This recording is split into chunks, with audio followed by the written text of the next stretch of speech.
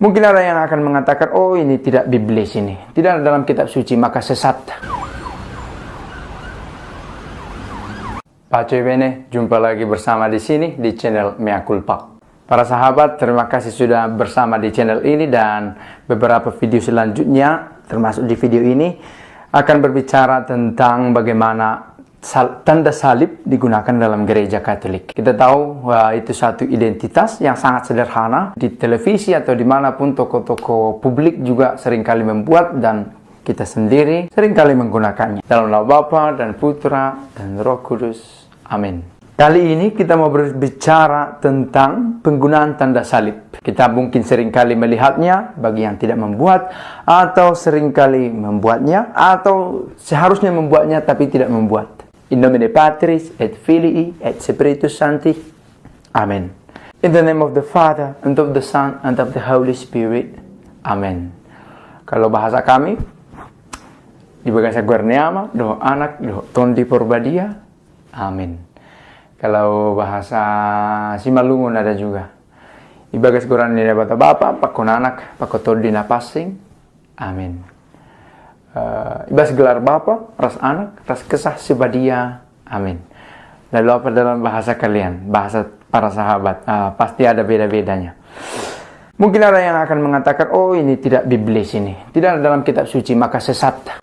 Katolik sesat. Lagi-lagi kita diserang dengan alasan non sola scriptura. Karena tidak tertulis dalam kitab suci, maka tidak perlu dibuat. Tidak ada gunanya. Dan ini yang mungkin sesuatu yang perlu kita dalami bersama. Tanda salib sudah dibuat pada abad-abad pertama kekristenan. Artinya 1800 tahun yang lalu. 1900 tahun yang lalu. Sudah dibuat sebagai satu identitas. Kita tahu, sampai sekarang, sumber pendidikan iman bukan hanya kitab suci, itu yang terutama, tetapi juga ada magisterium dan tradisi. Tradisi ini sesuatu yang mahal. Sesuatu yang diturunkan dari generasi ke generasi. Sebuah tradisi bisa saja berlangsung, katakanlah sudah 50 tahun, ada yang 100 tahun, ada yang 200 tahun. Baju kami ini bagian dari tradisi Ordo. Usianya sudah 491 tahun. Kurang lebih 490 tahun. Digunakan dengan model yang sama, dengan ikat pinggang yang sama. Dan tanda salib juga. Bahkan ini lebih lama. 1800 tahun. At least. Sekurang-kurangnya. Maka ini pantas dihargai. Diikuti sebagai satu kekayaan iman. Maka kalau dikatakan itu tidak ada dalam kitab suci, tapi gereja mengakui ada tradisi.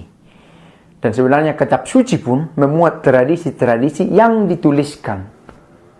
Dan menjadi bagian dari ajaran biblis dalam gereja. So, selanjutnya tentang tanda salib. Sejak kapan muncul tanda salib? Tanda salib muncul sebagai identitas kekristenan bersamaan dengan keadaan ketika Kristen tidak diterima sebagai agama resmi. Katakanlah pada waktu itu kerajaan kekaisaran Romawi akan mengintimidasi, akan mengancam, menghukum, bahkan membunuh orang-orang yang teridentifikasi sebagai Kristen. Lalu bagaimana orang Kristen menghidupinya? Di saat yang sama mereka tidak berani secara frontal mengungkapkannya, dan di saat yang sama pula mereka harus tetap mengakui bahwa saya Kristen dengan berani. Maka mereka menggunakan tanda salib dengan menuliskannya di lantai dengan kaki atau tongkatnya, lalu kemudian menghapusnya supaya sebentar saja, tidak menjadi tanda yang dilihat oleh banyak orang dalam jangka waktu yang lama. Lalu kalau dia akan membuat itu, orang-orang yang ternyata sama-sama Kristen dengan secara rahasia tahu, oh dia sama dengan saya, seagama dengan saya, sealiran dengan saya.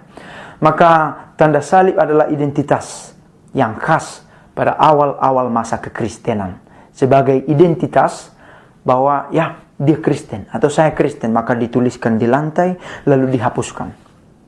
Sehingga dengan itu orang secara rahasia, dan itu semacam kode, katakanlah simbol rahasia. Beberapa catatan dari para bapak gereja patristik menuliskan itu.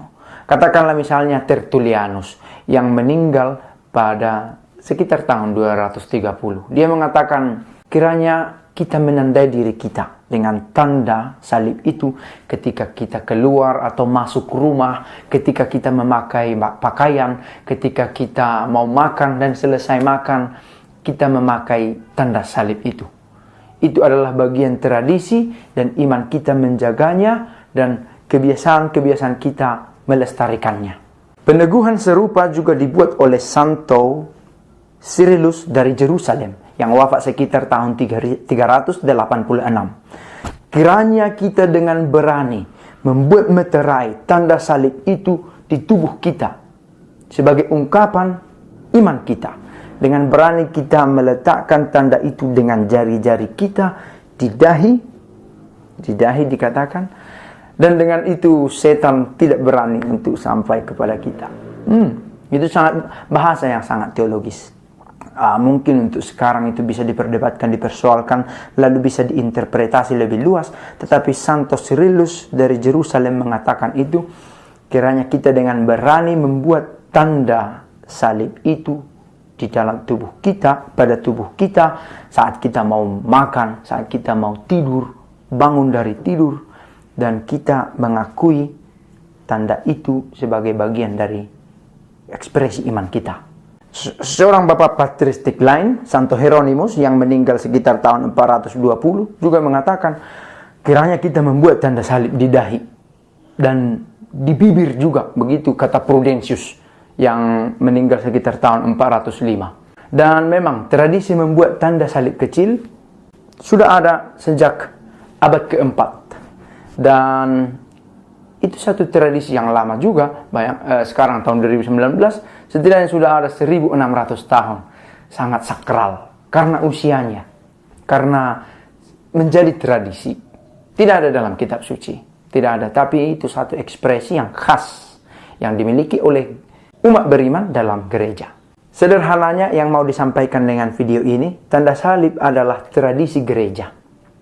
Satu kekayaan yang sebenarnya tidak tercatat dalam Alkitab secara eksplisit, meskipun Trinitas juga ada dalam kitab suci secara implisit, juga tanda salib tetap ada dalam kitab suci, tetapi sebagai sebuah tanda yang harus diletakkan di mana dan dibuat dengan cara apa, tidak dituliskan secara definitif, secara deskriptif dalam kitab suci. Tetapi itu sebagai satu tradisi yang menjadi tanda meterai secara fisik, yang pantas kita banggakan untuk kita ekspresikan. Hanya perlu dicatat, karena kita beriman maka membuat itu. Ada banyak orang yang tidak mengimani tetapi membuat. Tapi sekarang kita mau berbicara bahwa karena kita mengimani Trinitas, karena kita mengimani Sang Putra yang tersalib, maka kita membuat itu. Karena faktanya ada juga yang tidak Katolik membuat hal yang sama.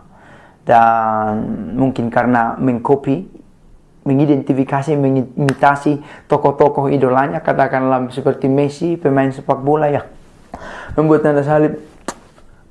Lalu para pemain sepak bola yang mungkin bukan Katolik juga membuat itu. It doesn't matter.